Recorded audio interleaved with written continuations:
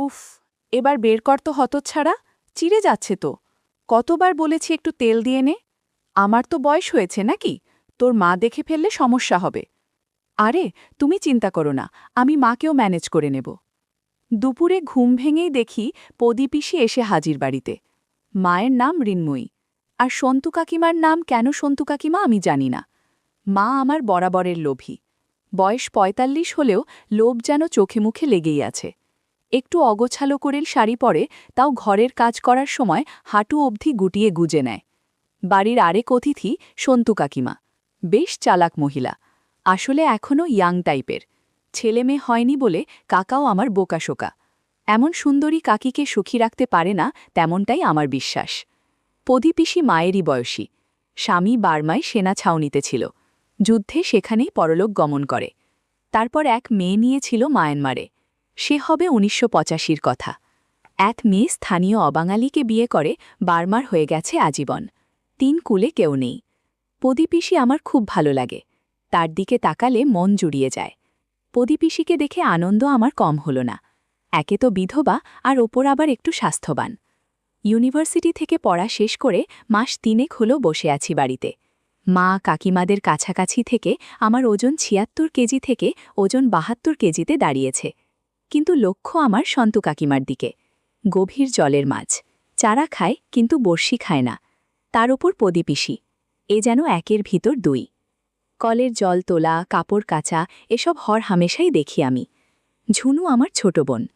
রাগ হয় যখন ঝুনুকে নিয়ে দাবা খেলতে বসে সন্তু কাকিমা।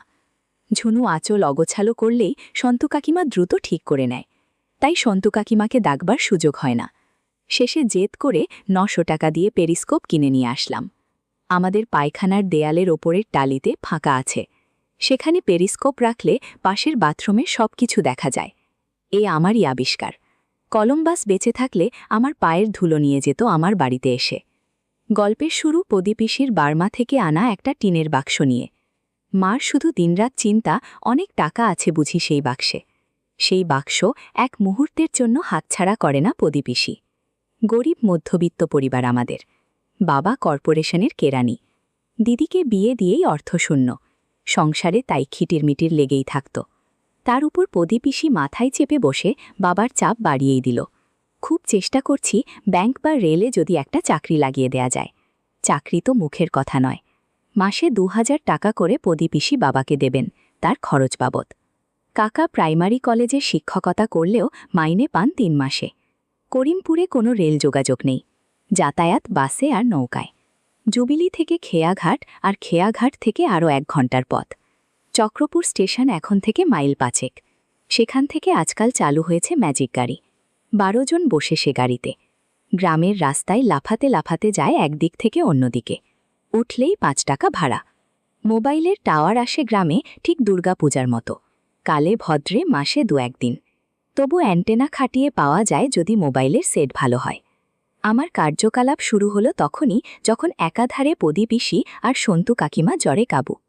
বর্ষার এই সময় রোগ যারা চেপে বসে। পদীপিসির জ্বর হলেও সন্তু কাকিমা পড়লেন নিউমোনিয়াতে। বন্ধুরা, এইসব গল্পে তেল মালিশের অনেক গল্প আছে, কিন্তু আমারটা তাদের সাথে মিল খায় না। কারণ মা কোনোদিন আমাকে বলবে না সন্তু কাকিমাকে তেল মালিশ করে দিতে। আমি ওষুধপালা নিয়ে দৌড়াদৌড়ি শুরু করলাম, কেননা ছেলে বলতে বাড়িতে আমি একা আছি। বুকে সর্দি জমে পদীপিসির যায় যায় অবস্থা। মা সন্তু কাকিমাকে আর পদীপিসিকে যত্ন আত্তি করতে লাগল। আমার ভার পড়ল শুধু খাবার খাওয়ানোর।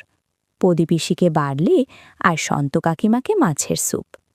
তারই সুবাদে আমার মনের আকাঙ্ক্ষিত সব চিন্তা উঠল নানান অভিজ্ঞতায়। মা খেচিয়ে উঠল, কখন থেকে বলছি মাছের স্যুপ গরম না খেলে ওর গলা দিয়ে নামবে না। বড় ঘরের মেয়ে, দেখিস যত্ন করে খাওয়াস, না হলে ঠাকুরপো আবার মুখ বেঁকাবে।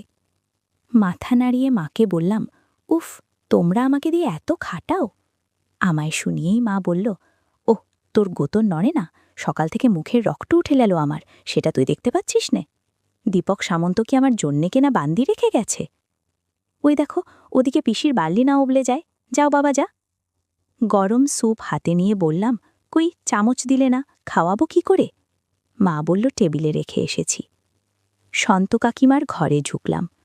ঘরে ঢুকলেই সন্তু কাকিমার সুগন্ধে মন ভালো হয়ে গেল। ঘরে ঢুকে দেখি চিত হয়ে পড়ে আছে সন্তু কাকিমা। চেয়ে আছে, কিন্তু এতটাই দুর্বল যে সে চাওয়ায় প্রতিক্রিয়া নেই। রোজ মাছের স্যুপ খাওয়াতে হবে 1 মাস। জ্বর চলে গেলেও একই অবস্থা প্রদীপিসি আর সন্তু কাকিমার, যদিও সন্তু কাকিমার এখনও গায়ে 101 জ্বর। সন্তু কাকিমার মাথার কাছে দাঁড়িয়ে বললাম, আরে কই, ওঠো ওঠো ওঠো। নড়বার যার ক্ষমতা নেই সে উঠবে কি করে? সামান্য সাপোর্ট দিয়ে ঠেলে তুললাম বিছানা থেকে। এই সুযোগে কিছু একটা করে বসলাম আর বললাম, নাও আমি চামচে করে দিচ্ছি, পটাপট স্যুপ খেয়ে নাও। কানে কানে বললাম, প্রদীপিসি লাইনে দাঁড়িয়ে। একটু হাসবার চেষ্টা করল সন্তু কাকিমা। খাওয়ানোর ছলে ইচ্ছা করে স্যুপ জামায় ফেলতাম, যাতে মোছার সুযোগ পায়। বন্ধুরা, তোমরা বুঝেছ তো কি বলতে চাচ্ছি? পেতামও সে সুযোগ, সময় বিশেষে। যেদিন সুযোগ হতো না সেদিন চেষ্টা করতাম প্রদীপিসির ওপর আমার যত সব জাদু তন্ত্র মন্ত্র। বেশ চলছিল, কারোরই ঠিক হবার নাম নেই। আসলে বাবার সে সামর্থ্য ছিল না যে দামি ডাক্তার, দামি ওষুধ কিনে দুজনের সেবা করবেন। আর আমার কাকুর মাথাও তো প্রখর নয়, ধর্মভীরু মানুষটা পূজা পাঠ করেই কাটিয়ে দিছিল দিন। আমিও দুজনের সাথে ছলে বলে কৌশলে সেবা করতাম। অসুস্থ হয়ে থাকলে কোনো মানুষের সাথে সত্যি দুষ্টুমি করা যায় না। যারা করে তারা অপরাধী, মনোবিকারের লোক। আমি পারছিলাম না। আমাদেরই পুরনো ডাক্তার এসে দেখলেন দুজনকে। খুব সামান্য উন্নতি ঠাকুরজি, আজ 7 দিন হল, আর 2 দিন দেখুন, না হলে কিন্তু দুজনকেই হাসপাতালে ভর্তি করতে হবে। আচ্ছা ঠাকুরজি, আজ পারলে দুজনের বিছানা পাল্টে দুজনকে স্নান করিয়ে দিন দেখি। মানে গা কম্পেশ করে ভালো করে মাথা ধুয়ে দেবেন। এই পটল, এসব তো তুমিও পারো, মাকে এত খাটানোর মানে হয়? বাড়ির বিপদের সময় এসব তো তোমারই দেখে রাখা উচিত। শোনো, ঠান্ডা জলে মাথা ধোয়াবে আর গরম জলে গা কম্পেশ করবে, বুঝলে? মনে আছে তোমার পায়ে স্টিচ পরার সময় আমি যেন পা কম্পেশ করে দিয়েছিলাম শরীর টেনে টেনে? সেরকম। দেখবে বিকেলেই জ্বর নেমে গেছে, আর না হলে আমি হাসপাতালে রেফার করব। জ্বর মাথায় উঠে গেলে বিপদ হয়ে যাবে। বৌঠান, আজ আসি কেমন? ওষুধ যেমন চলছে সেরকমই চলুক। সিপ্রোফ্লক্সিনটা না দিলেও চলবে, 6 দিন খাওয়ানো হয়ে গেছে। পরামর্শ দিয়ে ডাক্তার চলে গেল। দিবাকর ডাক্তারে মুলুকের ভরসা। সময় নেই, কিন্তু রোগ ভালো করে।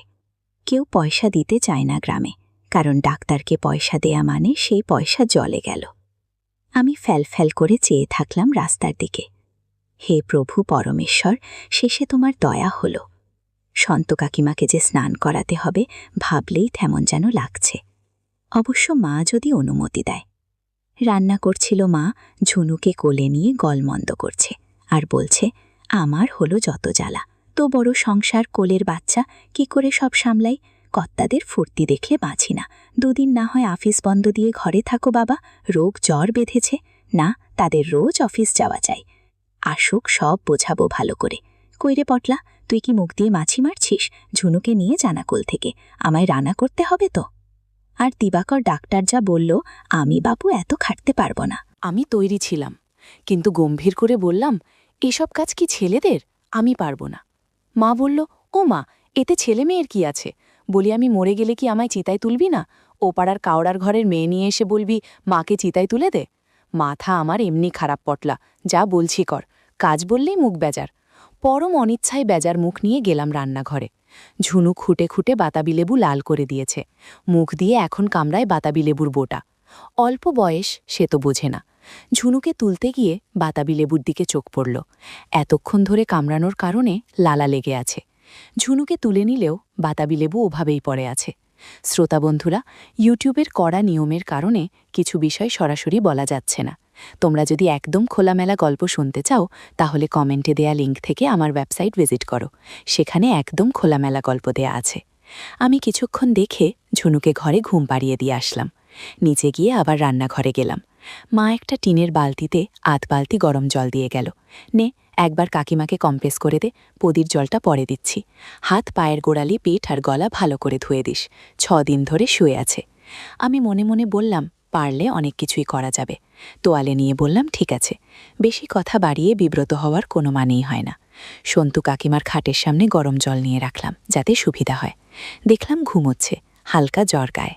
কি গো, না ওঠো, আমি গাটা গরম জলে কম্প্রেস করে দিই। ডাক্তার বলেছে না হলে জ্বর কমবে না। চোখ খুলো সন্তু কাকিমা। জড়ানো গলায় বলল, তোর মা কোথায়? আমি বললাম, মার সময় নেই, রান্না করছে, ঝুনুকে দেখতে হচ্ছে, মা পারবে না, তাই আমি এসেছি। কাকিমা বলল, দে, আমি নিজেই করে নিচ্ছি। কাকি খুব শেয়ানা, আমিও নাছোড়বান্দা। মনে মনে ভাবলাম, তোমার উঠবার ক্ষমতা নেই। তবুও কোনো রকমে উঠলেন বিছানা থেকে। দুপা নামিয়ে কাপড়টা একটু ঠিক করে আঁচল ঠেকে উঠে দাঁড়াতে গিয়ে দুর্বলতায় তাল খেয়ে মুখ থুবড়ে পড়তে যাচ্ছিল।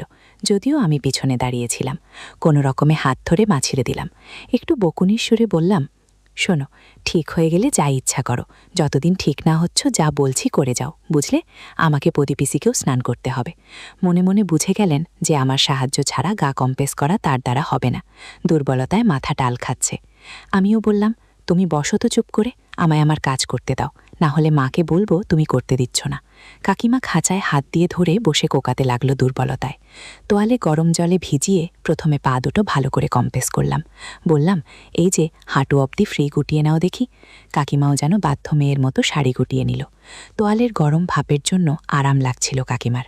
কাকিমার পা দেখে খুব ভালো লাগলো, একদম মসৃণ পা। খেয়াল দুহাত দিয়ে শাড়ি চেপে রেখেছে কাকিমা। যাই হোক, তবুও সুযোগ আসবে, আমিও ছাড়ব না আজ। বেশি কিছু বললে মাকে ডাকব। বলতে না বলতেই মা এসে হাজির। আমিও সুযোগ বুঝে বললাম, দেখো না মা, কাকিমা ভালো করে সেবা করতে দিচ্ছে না। মার আগের মাথায় কয়েকটা কথা শুনিয়ে দিল। অমনি কাকিকা একটু ইতস্তত হয়ে বলল, যা করার কর। আমি তোয়ালে ভালোভাবে গরম পানিতে ধুয়ে কাকিমার হাত পা মুছে দিলাম। মাঝে মাঝে গাছের কাতবেলটাও চোখে বাজছিল। ইস, কি সুন্দর আর টাটকা দেখতে হয়েছে। যেভাবেই হোক এটা আমার চাই চাই। একটু পর আমি মাকে ডাকে বললাম, আমি স্নান করতে যাচ্ছি। এই বলে চলে গেলাম কলঘরে। কিছুক্ষণ টানাটানি করে স্নান সেরে বেরিয়ে এলাম। মা বলল, বাবা, একবার দেখে আয় না ঝুনু উঠে পড়ল কিনা। তারপর পদিপিসিকে স্নান করিয়ে তুই দুপুরের খাবার খেয়ে নে। ওদের খাওয়ালেই তোকে খেবে দেব। ততক্ষণে আমি ঠাকুর সেবা দিয়ে নেব ততক্ষণ। দেখে আসলাম ঝুনু তখন ঘুমাচ্ছে উপরের ঘরে। নিচের দুটো ঘর কাকিমাদের, আমাদের উপরের দুটো ঘর। কিন্তু একটু আওয়াজ করলে উঠে পড়বে। মাকে বললাম, ঝুনু ঘুমাচ্ছে, কিন্তু উঠে যাবার সময় হয়ে এসছে। মা বলল, ঠিক আছে, যা তুই পদিপিসিকে দেখ গিয়ে। আমি দুজনের ঘরে খাবার দিয়ে দেব ঠাকুর সেবা দিয়ে। আমার আনন্দে যেন আত্মহারা হবার দশা। পদিপিসি বড়ই বাধ্য টাইপের, অন্তত সন্তু কাকিমার মতন গায়। আসলে রাগ ঢাক নেই, যখন যা করতে বলা হয় তখন বিনা দ্বিধায় সেটাই করে, যেটা আমার সবচেয়ে বেশি ভালো লাগে। কোনো কিছু না ভেবেই ভুলে গেলাম পদিপিসির ঘরে। মার কথা মনে পড়ল। পদিপিসির বর্মি বাক্স খুলে দেখতে হবে কি আছে। ভালো করে দেখলাম পদিপিসিকে, এক্কেবারে ঘুমিয়ে আছে। চুপি সারে গিয়ে বর্মি বাক্সের কাছে গেলাম। রান্নাঘরের পাশেই পদিপিসির একটা আলাদা ঘর। সেটা আমাদের ঘরের সাথে নয়, পদিপিসি সেখানেই ঘুমায়। বাবা একটু মেরামত করে দিয়েছে। ঘর বিশেষ সুবিধার নয়, তবে পদিপিসি তাতেই বেশি স্বাচ্ছন্দ্য, একা থাকতেই বেশি ভালোবাসে। লজ্জা করে মিথ্যে বলবো না, পদিপিসি আসার পর থেকে আমার মন আবার ভাগ হয়ে গিয়েছিল পদিপিসি আর সন্তু কাকিমার ওপর। আজ পদিপিসির পালা। তার আগে খুললাম পদিপিসির বর্মি বাক্স। এখনও কেউ ওই বাক্সে হাত দেবার সাহস পর্যন্ত পায়নি। খুলে দেখি ভিতরে কিছুই নেই, জামা কাপড় ছাড়া। কিন্তু ওটা কি? আর একটা গয়নার বাক্স। সেটা একটা বেশ ভারী মাপের পিতলের তালা দিয়ে বন্ধ রাখা। রূপোর হুকও পিসে মশাইয়ের হবে। আর কিছু টাকা ভরা একটা মান্ধাতা আমলের টাকার থলে।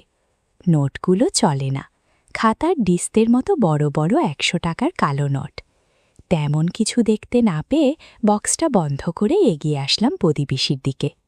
ও পিসির ডিসি, আরে উঠে পড়ো, ডাক্তার বলল গা হাত পা কম্প্রেস না করলে শরীর আরও খারাপ করবে, এরপর হাসপাতালে যেতে হবে। চোখ চেয়ে দেখল আর বলল, বাবা, আমার দম নেই, তুই যা করবার করে দে না সোনা। কথাটা শুনে খুব ভালো লাগলো। আমি বললাম, বেশ, তুমি ঘুমাও, আমি যা করার করে দিচ্ছি। মা তোমার ঘরে শাড়ি জামা কাপড় রেডি করে গেছে, আমি মাথা ধুয়ে দিলে তুমি পরে নিও, কেমন? আমার কথায় সম্মতি জানিয়ে মাথা নাড়ল পদিপিসি। আমি গরম পানিতে তোয়ালে দিয়ে কম্প্রেস করে দিলাম। পিসির শাড়ি অগোছালো হয়ে আছে, সাথে ব্লাউজের কিছু বোতামও কেমন যেন হয়ে আছে। আমি আর চোখে পিসিকে দেখছিলাম আর সেবা করছিলাম। মনে হয় পিসির একটু ভালো লাগছে। শ্রোতা বন্ধুরা, ইউটিউবের কড়া নিয়মের কারণে কিছু বিষয় সরাসরি বলা যাচ্ছে না। তোমরা যদি একদম খোলামেলা গল্প শুনতে চাও, তাহলে কমেন্টে দেয়া লিঙ্ক থেকে আমার ওয়েবসাইট ভিজিট করো। সেখানে একদম খোলামেলা গল্প দেয়া আছে। আমার সেবা করা দেখে বলল, অনেকদিন পর একটু ভালো লাগছে রে পটোলা। সেই যে কবে বিধবা হয়েছি তারপর থেকে একা পড়ে আছি। তুই ভালো করে তেল মাখিয়ে নে, না হলে খসখসা ভাবটা যাবে না। পিসির কথা মতো আমি ঠিক সেভাবেই সেবা যত্ন করলাম। মিনিট ২০ পর স্বাভাবিক হলাম মা এসে পড়ল বলে। যাওয়ার সময় বললাম, পিসি রোজ আসবো এখানে, তবে একটা কাজ করে দিতে হবে। পিসি লজ্জায় আঁচলের ঘোমটা কেটে বলল, যা, দুষ্টু ছেলে কোথাকার। আমি বললাম, দুষ্টু? হ্যাঁ, তাই তো দেখলাম। তুমি আর চোখে দেখছিলে পুরোটা গেছে কিনা। পিসি লজ্জা পেয়ে বলল, চুপ কর ছোকরা, এখন বল কি সাহায্য করতে হবে। আমি বললাম, শোনো না, কিছু জোগাড় লাগলো সন্তু কাকিমাকে যদি ম্যানেজ করে দেয়া যায় তাহলে ভালোই হতো। পিসি বলল, সে আমি তোর ছোকছোকানি দেখেই বুঝেছি, দাঁড়া তোর বাবা আসুক। আমি বললাম, ওরকম করছো কেন? মা আসবে বলে না তাড়াতাড়ি করতে হলো। পিসি বলল, এই যা তো। আমি বললাম, দেখো যাচ্ছি, তুমি বুদ্ধি বার করো। এমন সময় মা চেঁচালো। আমি বললাম, এই তো আসছি, তুমি দুজনকে খাবার দাও, আমি খাইয়ে নিজে খাবো। আমি দৌড়ে গেলাম মায়ের কাছে। যেতেই জিজ্ঞাসা করল, হ্যাঁ রে, কি দেখলি বাক্সে? আমি চোখ বড় বড় করে বললাম, অনেক কিছু। কি কি দেখলি? আমার দিকে তাকিয়ে তাকিয়ে লোক যেন গরম মোমের মতো গলে পড়ছে চোখ থেকে। বাড়িয়ে বললাম, সোনা দানা আরো কত কি, অনেক টাকা মা। মা বলল, তাহলে এখন থেকে খাতির করা শুরু করি, কি বল? মার চোখে শুধু অনেক টাকা, অনেক টাকা। আমি বললাম, শোনো, পদিপিসিকে কি করে খুশি করতে হয় সেটা আমার উপর ছেড়ে দাও। মা যেন আগ্রহ নিয়ে আমায় মাথায় হাত বুলিয়ে বলল, পারবি বাবা, পারবি। আমাদের সব দুঃখ দূর হয়ে যাবে না রে। আমিও বাড়িয়ে বললাম, হ্যাঁ, বাক্স ভর্তি টাকা। আমায় আদর করতে করতে মা বলল, নে বাবা নে, আজ থেকেই লেগে পড়। আমি রোজ সন্দেশ খাওয়াবো পদিকে। এখন যা সন্তুকে খাইয়ে দিয়ায়।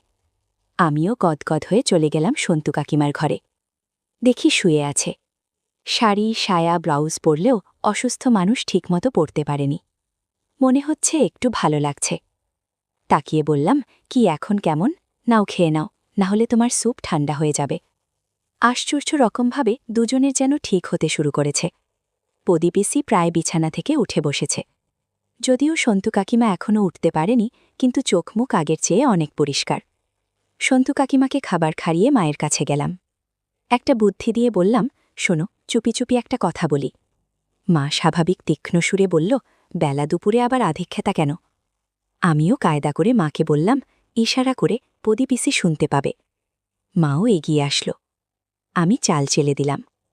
পদিপিসি বিধবা তো। আমার মনে হয় পদিপিসি কারো সঙ্গ যায়। মা জিজ্ঞাসা করল, তুই কি করে জানলি? আমি বললাম, আমি কি আগের মতো ছোট আছি? আমায় ইশারা করে একটু ওই রকম, মানে ছেলেমেয়ের যেমনটা হয়।